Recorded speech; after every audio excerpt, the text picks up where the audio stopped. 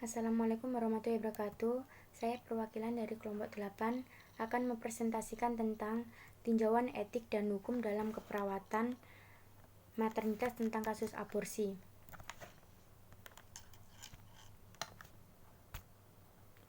Pengertian aborsi yaitu menggugurkan kandungan atau dalam dunia kedokteran dikenal dengan istilah aborsi, yaitu pengeluaran hasil konsepsi, pertemuan sel telur dan sel sperma sebelum janin dapat hidup di luar kandungan. Aborsi provocatus merupakan istilah lain yang resmi dipakai dalam kalangan kedokteran dan hukum. Ini adalah suatu proses pengakhiran hidup dari janin sebelum diberi kesempatan untuk bertumbuh. Macam-macam aborsi. 1. Pembagian berdasarkan waktu. ME menstrual extraction dilakukan 6 minggu dari menstruasi terakhir dengan penyedotan. Tindakan aborsi ini sangat sederhana dan secara psikologis juga tidak terlalu berat karena masih dalam bentuk gumpalan darah, belum berbentuk janin. 2. Di atas 12 minggu masih dianggap normal dan termasuk tindakan aborsi yang sederhana. 3. Aborsi di atas 18 minggu. Tindakan dilakukan di klinik tetapi di rumah sakit besar. Tetapi bagi kalangan pecandu atau pekerja seks, aborsi seringkali terjadi di saat usia kehamilan sudah di atas 18 minggu. Biasanya, mereka akan mendatangi klinik-klinik yang mereka ketahui dan mereka seringkali tidak memikirkan efek samping bagi tubuh mereka sendiri. Mereka melakukan aborsi ini karena mereka tidak menginginkan kehamilan tersebut dan terkadang mereka melakukan ini karena tidak ingin menularkan virus pada bayi mereka. 2. Pembagian secara umum. 1. Aborsi atau pengguguran kandungan, yaitu penggantian hasil kehamilan dari rahim sebelum janin bisa hidup di luar kandungan. 2. Miscarrying atau keguguran, yaitu terhentinya kehamilan sebelum bayi hidup di luar kandungan.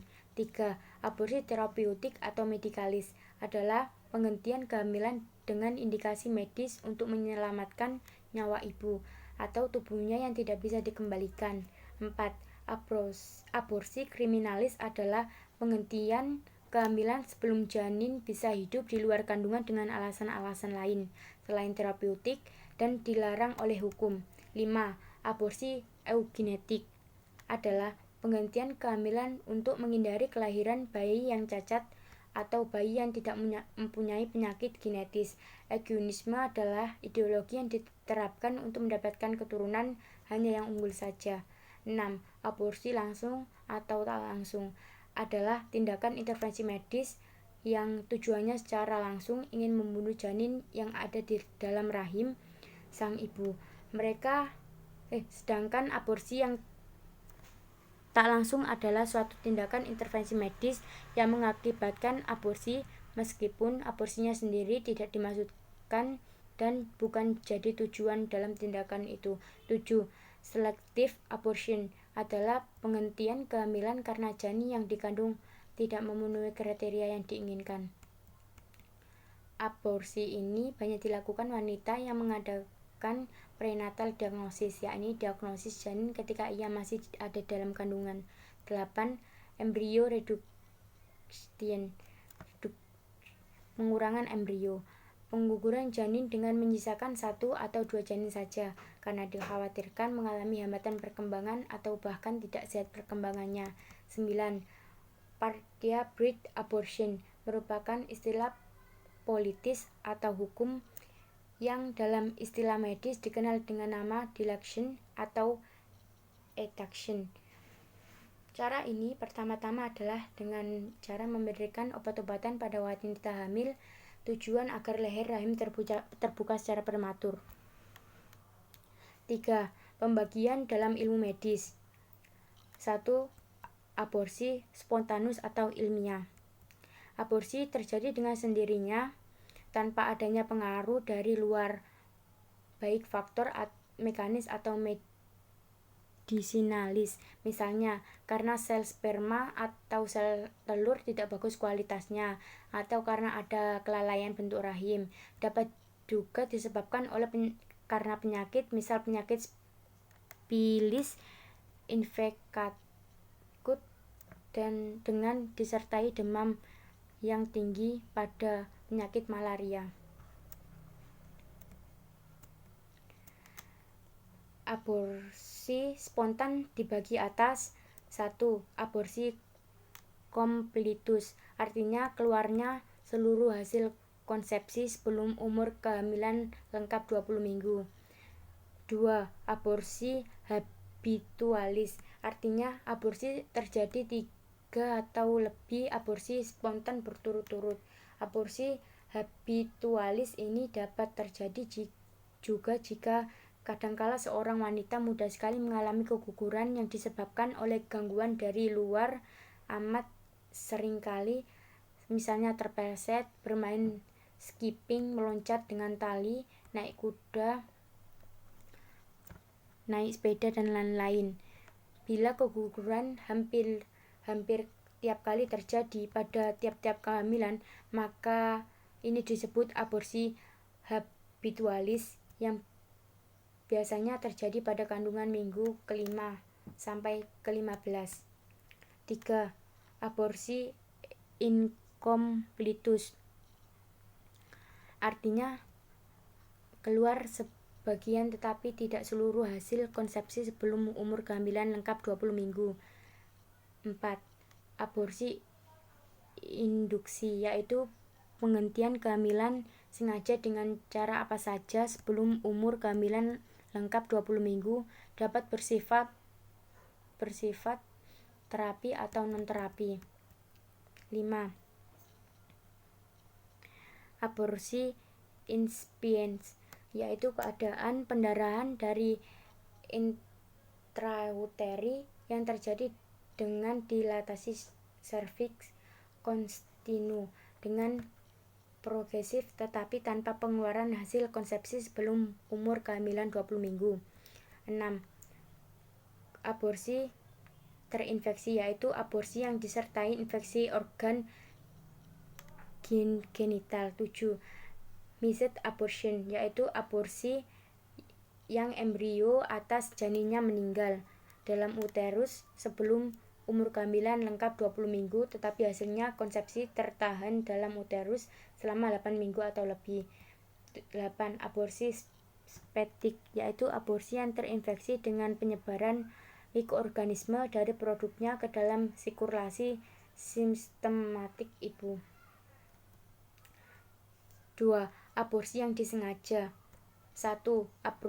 Aborsi provokatus, yaitu aborsi yang disengaja yang dilakukan dengan maksud pertimbangan tertentu, baik dengan memakai obat-obatan atau alat karena kandungan tidak dikehendaki. Aborsi provokatus terdiri dari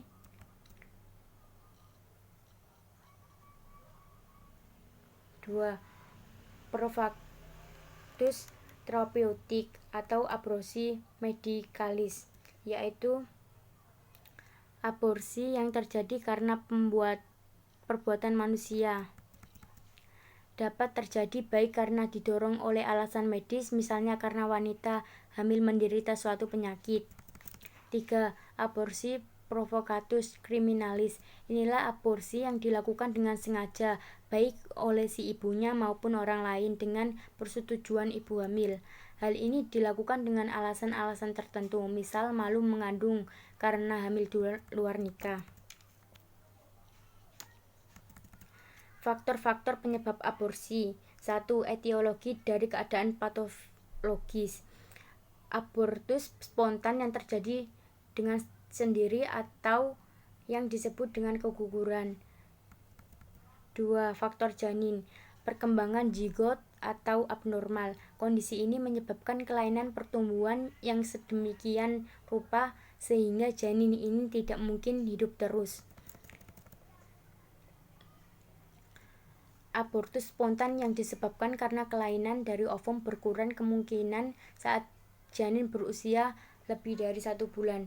Jadi semakin muda kehamilan yang mengalami abortus akan semakin besar kemungkinan karena kelainan ovum.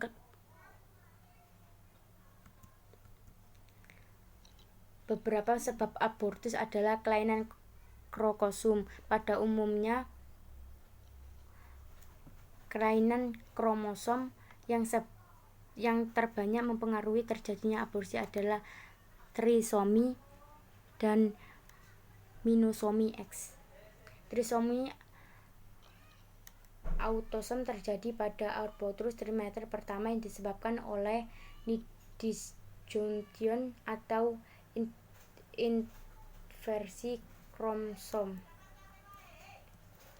2. Mutasi atau faktor poligenik. Dari kelainan janin dapat dibedakan dua jenis aborsi, yaitu aborsi aneuploid dan aborsi euploid. Aborsi aneuploid terjadi karena kelainan kromosom, baik kelainan struktur kromosom ataupun konsumsi kromosom, sedangkan pada abortus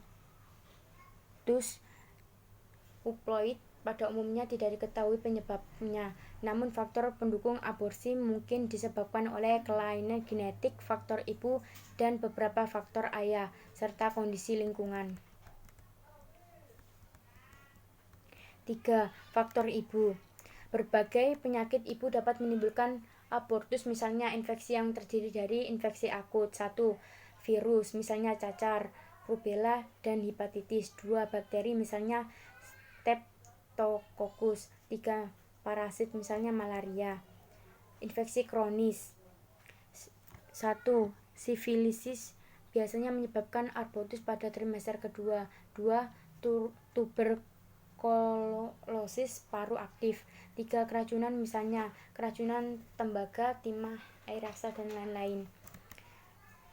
3. Penyakit kronik. Hipertensi jarang menyebabkan abortus di bawah 80 minggu. 2. Nephritis. 3. Diabetes. Angka abortus dan malformasi kongenital meningkat pada wanita dengan diabetes. Risiko ini berkaitan dengan derajat kontrol metabolik pada trimester pertama. 4. Aritmia berat. 5. Penyakit jantung. 6. Toksemia gravidarum yang berat dapat menyebabkan gangguan sirkulasi pada plasenta. 4. Pemakaian obat dengan faktor lingkungan. 1. Tembakau. Merokok dapat meningkat risiko aborsi euploid. 2. Alkohol. Abortus spontan dapat terjadi akibat sering mengkonsumsi alkohol selama 8 minggu pertama kehamilan. 3. Kafein. Konsumsi kopi dalam jumlah lebih dari 4 cangkir per hari tanpa sedikit meningkat abortus spontan. 4. Radiasi. 5. Kontrasepsi. Alat kontrasepsi dalam rahim berkaitan dengan meningkatnya insiden abortus fetik setelah kegagalan kontrasepsi. 6. Toksik lingkungan. Pada sebagian besar kasus. 5. Faktor imunitas. 1. Autoimun adalah respon kekebalan salah sasaran yang terjadi ketika sistem kekebalan tubuh kacau dan menyerang tubuh sendiri.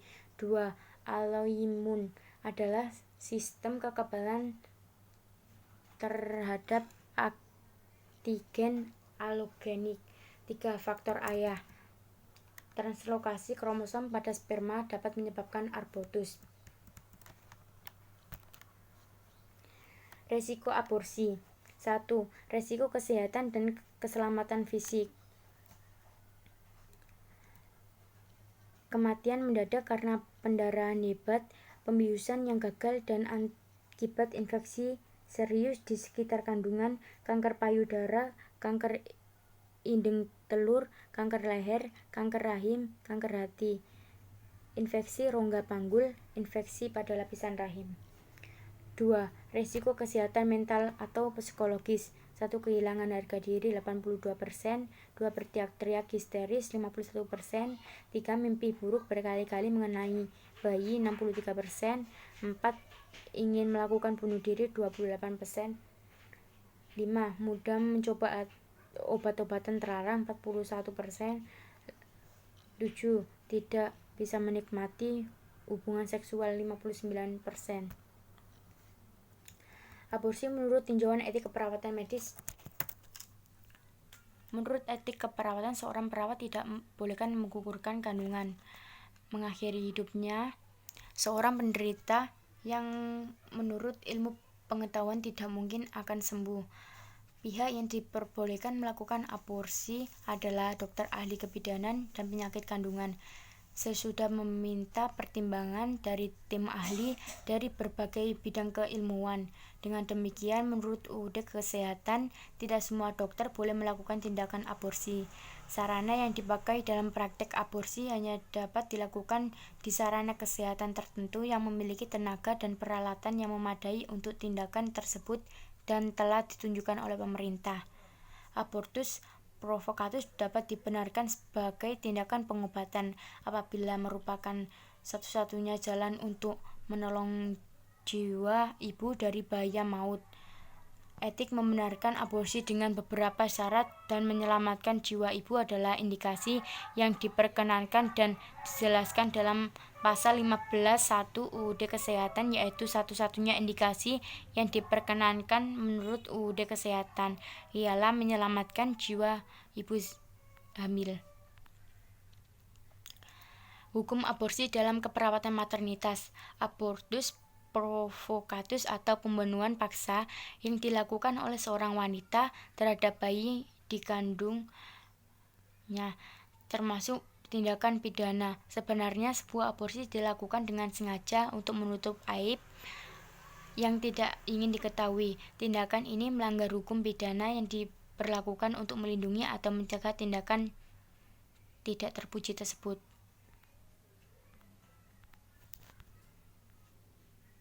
Beberapa pasal yang berbicara tentang abortus provocatus antara lain 1.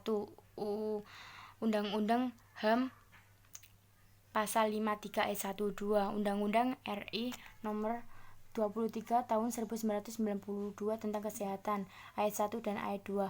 3. Pasal 347 KUHP ayat 1 dan ayat 2. 4. Pasal 348 KUHP ayat 1 dan ayat 2. 5. Pasal 349 KUHP. 6. Pasal 299 KUHP ayat 1 dan ayat 2. Prinsip-prinsip etik keperawatan. 1. Otonomi. Prinsip ini didasarkan pada keyakinan bahwa individu mampu berpikir logis dan mampu membuat keputusan sendiri. 2. Berbuat baik. Beneficing berarti hanya melakukan suatu yang baik. 3. Keadilan. Nilai ini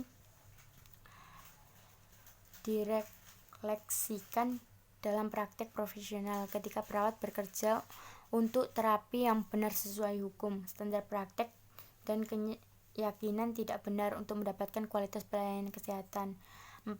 Tidak merugikan. Prinsip ini berarti tidak menimbulkan bahaya atau cedera fisik dan psikologis pada klien. 5. Kejujuran. Prinsip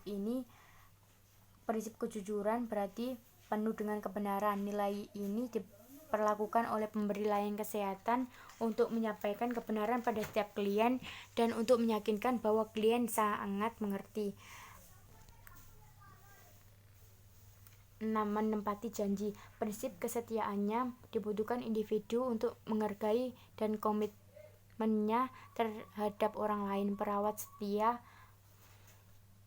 pada komitmennya dan menempati janji serta menyimpan rahasia klien. 7. Keberhasilan. Aturan dalam prinsip kerahasiaan adalah informasi tentang klien harus dijaga. 8. Akuntabilitas. Merupakan standar yang pasti bahwa tindakan seorang profesional dapat mengambil situasi yang tidak jelas atau tidak terkendali. Contoh kasus: mahasiswa aborsi memakai pil sakit kepala. Pemecahan masalah. Kasus aborsi di atas merupakan kasus aborsi ilegal karena dilakukan atas dasar malu atau takut terhadap keluarga pelaku, bukan dari saran dokter karena janin memiliki kelainan atau membahayakan kesehatan si ibu.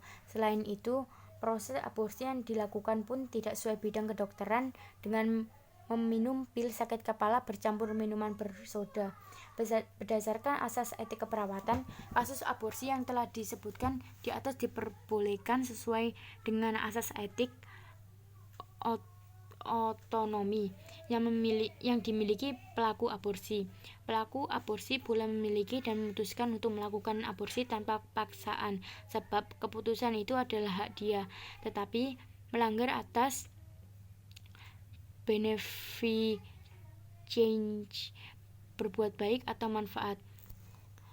Karena kasus di atas bukanlah merupakan tindakan yang baik dan tidak memberikan manfaat apapun, sekalipun alasan karena takut atau malu atas janin yang dikandungnya pada keluarga dan orang lain. Ketika seorang wanita memiliki aborsi sebagai jalan untuk mengatasi kehamilan yang tidak diinginkan, maka wanita tersebut dan pasangannya akan mengalami perasaan kehilangan, kesedihan mendalam, dan atau rasa berbuat salah. Terima kasih. Sekian presentasi dari kelompok 8. Maaf apabila ada salah kata. Wassalamualaikum warahmatullahi wabarakatuh.